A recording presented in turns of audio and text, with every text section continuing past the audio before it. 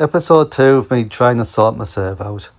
Last week I spent the whole session not really serving, just fixing my toss, because it turns out that's the foundation everything else sits on. If you missed it, go back, have a look. This week is grip and stance, and I'll be straight with you, this is a bit I've been dreading. Changing your grip after 17 weeks of doing it the same way feels like being told to write with your other hand, but I have to, because the grip I've been using makes a proper pronation serve basically impossible.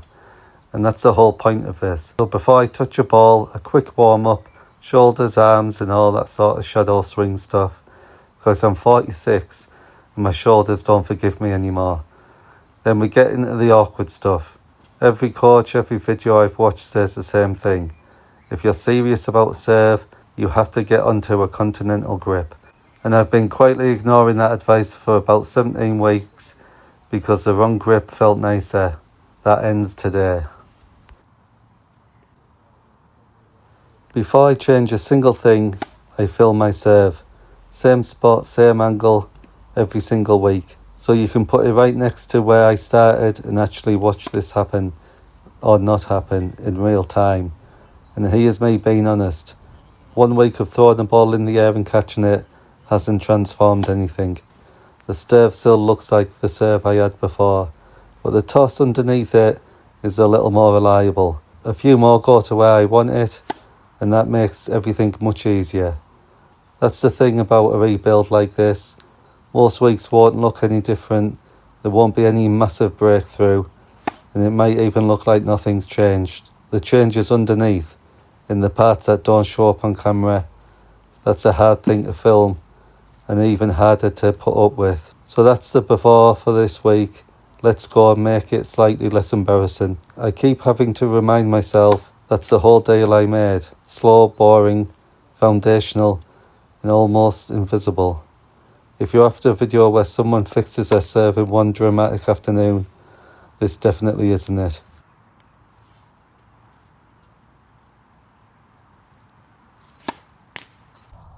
So, the grip. For 17 weeks I've been holding a racket like a frying pan, face flat, ready to push the ball over the net. It's comfortable, it's intuitive, and it's also completely wrong. What you actually want is a continental grip. Easiest way to find it is to hold your racket like you're about to hammer a nail with it. Edge on. The face isn't pointing at the ball anymore, it's side on, and that feels deeply weird.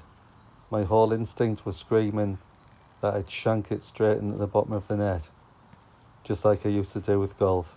And here's why it's worth the discomfort. With a frying pan, your hands simply can't roll, your wrist stays locked, the forearm can't turn over, and pronation is impossible. The continental grip frees a hand to roll through the ball. It's the difference between pushing a serve and throwing it. So I spent a big chunk of this session just holding it, shadow swinging with it, getting used to how it feels. And I tried the drill people call patting the dog. Racket edge on, and you let the forearm roll over the top like you're patting a dog on the head. No toss, no power, just feeling the hand turn over. And after 17 weeks of keeping my wrists locked, teaching it to roll over feels really weird. It's slow, it's frustrating, but it's something I need to build. The strangest part is how awkward it all feels.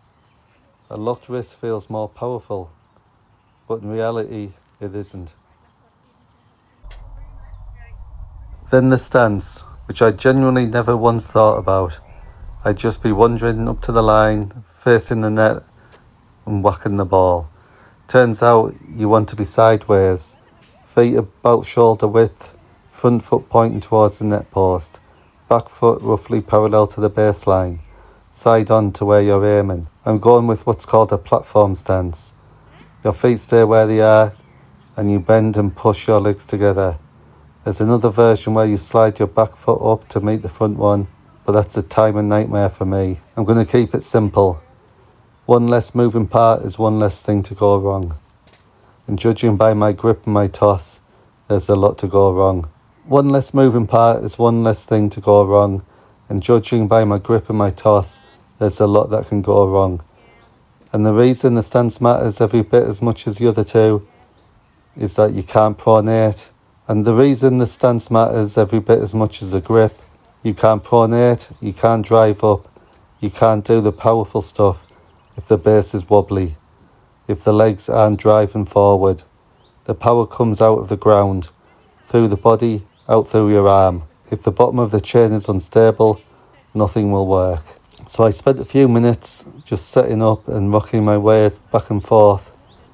No ball, no swing, just getting used to loading up and feeling steady. Sounds basic, felt basic, but I've been skipping basic. And that's probably why my serve is basic. At the end, I put everything together. New grip, new stance, and the toss I learnt last week. Then I did some serving, slowly, thinking about nothing but the setup. And I'll be straight with you, it felt worse, properly worse. The grip's foreign, the stance is foreign. I'm still not very good at tossing the ball. My brain's trying to manage everything at once, while the ball is up in the air. A few of them went nowhere near the box. That's normal. A grip change always gets worse before it gets better, because you're pulling apart something that's automatic, and rebuilding it on purpose is difficult. The hard bit is not panicking, not bolting back to the old comfortable grip. Not bolting back to the old comfortable grip as soon as something goes wrong, which is exactly what I wanted to do. But every so often, one would come off, the serve would feel clean, the forearm would actually roll, and there'd be a little bit of pace, a little bit of bite, something that might be hard to get back. Just a flash, but enough to know there's something somewhere, but enough to know that I can actually get to having a good serve. And that's what I'm chasing now.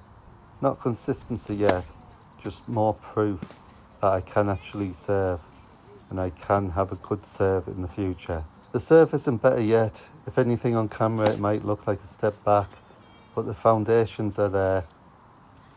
A toss that I can trust more, a grip that lets me pronate, a base I can push off. 3 of the boring invisible things that everything else is built on top of. If you're rebuilding something on your own, late to tennis or any other sport, come along for the ride. There's 8 parts to this serving journey. Hopefully I'll have a good one at the end. Thanks for watching, and hopefully see you next week.